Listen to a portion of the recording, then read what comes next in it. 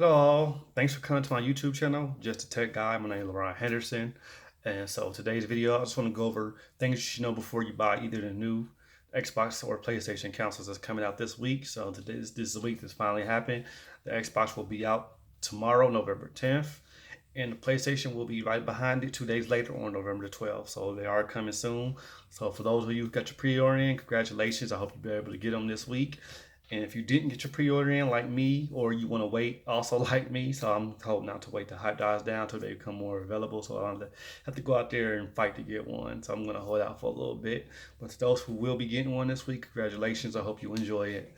So I'm just want to do this quick video for those who wasn't able to get their pre-order in, or you want to hold out and wait.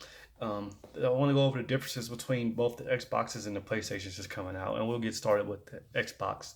And before I get into that, don't forget to hit the like button on this video and also subscribe to my YouTube channel. And I really appreciate that. It helps my channel. It helps the channel grow. So if you got something in this video, like, share, subscribe, and comment. So that's all I want to say about my channel here. But so let's get in. Let's just go ahead and get into the difference between the Xboxes and the PlayStations coming out. So if you didn't know already, there are two versions of both the Xbox and the PlayStation, and I'm going to get started with the Xbox first. So with the Xbox, there's the Xbox Series X and the Xbox Series S. So the Xbox Series X is the most powerful of the two consoles. It includes native 4K gaming with a 4K TV or a 4K computer monitor. And if you do game on a computer monitor, you can also game at 1440p at 120 frames per second. But if you do not have a 4K TV or a 4K, or if you don't have a 4K TV or a 4K computer monitor, then you can game at that resolution instead.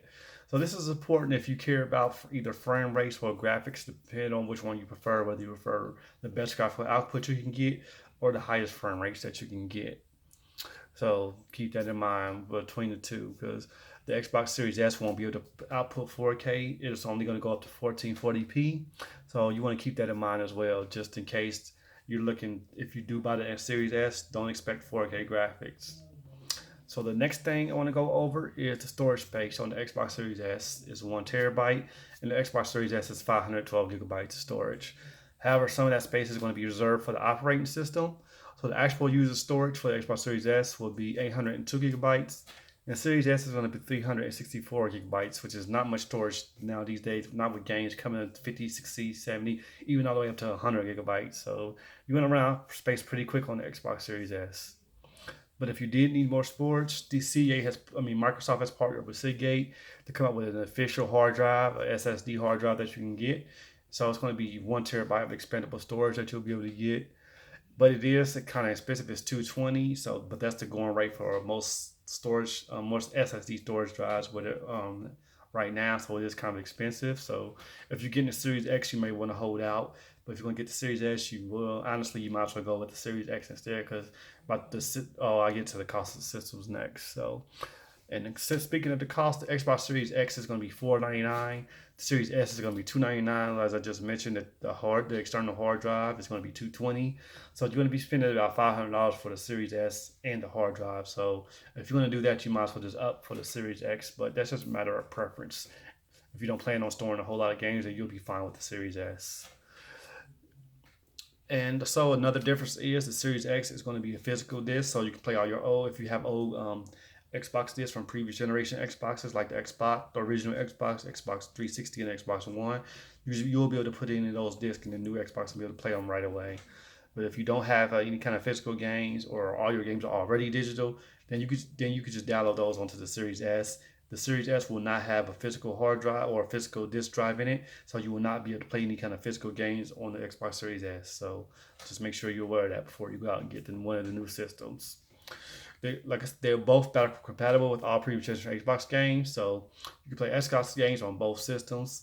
With the Xbox Series S, allows you to play all your old game discs. The Series S is a digital only system, like I mentioned, so there's going to be no disk drive on that. Or if you have a Game Pass, and you like to use Game Pass, you can use that as well on the Series S and X. So you may not have a need for the physical hard drive of the Series X, and maybe save a few bucks on getting the Series S if that's what you choose to do. Also, with backward compatibility, since it can play previous generation Xbox games, you're going to need external hard drive. You will not be able to store Xbox games on an internal drive of that Series S or X. They're going to have to run off an external hard drive. So if you do do have digital games, you're going to have them downloaded all onto the external hard drive in order to play them on a new system. So you can't run them on the internal hard drives of either of the Xbox consoles. So that's everything that you should know about the Xbox. Now let's get into the PlayStation. So unlike the Xbox, there's no resolution between the PlayStation 5 physical or the physical version or the digital version. The only difference is one has a disc drive and one doesn't, just like the Xboxes. So the PlayStation 5 with the physical disc will have a 4K Blu-ray drive. The PlayStation 5 digital only version will have no disc drive, but everything else is the same. There's no spec difference like it is with the Xbox. They both have 1 TB hard drive. They both can output native 4K gaming. One difference is they won't have 1440p gaming on a computer monitor or a TV, so you won't be able to play at that lower resolution. It's either 1080 or 4K, depending on the TV that you have. But it's not going to be 1440p resolution. So if you game on a computer monitor that has that resolution, you won't be able to use that resolution on it. So both the PlayStation 5 disc version and the PlayStation 5 will have the same amount of storage, like I mentioned, the 1 TB of internal storage. And like the Xbox, some of that space is reserved for the operating system. So the total usable space is going to be 667 gigabytes of storage. So that's quite a bit less. That's almost half of the 1 TB, or a little over half of the 1 TB. So you're not going to get that full terabyte of storage to use. So like the Xbox, you can expand the storage with an SSD, but unlike the Xbox, right now there are currently no hard drive that has the specifications to work with the PlayStation. Sony's going to be releasing a list of those, and they're testing SSDs out there on the market right now. And they're going to be releasing that list at a later date. It's also going to be disabled at launch, so you won't be able to go out and just buy an SSD hard drive, plug it into the PlayStation, and expand the storage. So you have to wait till Sony gives the okay and test the hard drive and release that list of compatible SSD hard drives with the PlayStation 5. So just stay tuned for that. They'll be releasing that. I don't know when, but as soon as I hear about it, I'll record a video about it, let you guys know. There's also a cost difference like the Xbox with playing the PlayStation 5 and the digital version. The PlayStation 5 with the 4K Blu-ray disc is going to be $499, just like the Xbox Series S. But the digital version of the PlayStation 5 is going to be $399, so it's going to be $100 more than the Series S. So if you don't really care about physical media or playing physical games or playing Blu-ray movies on your PlayStation, then you probably can opt for the digital version of the PlayStation 5.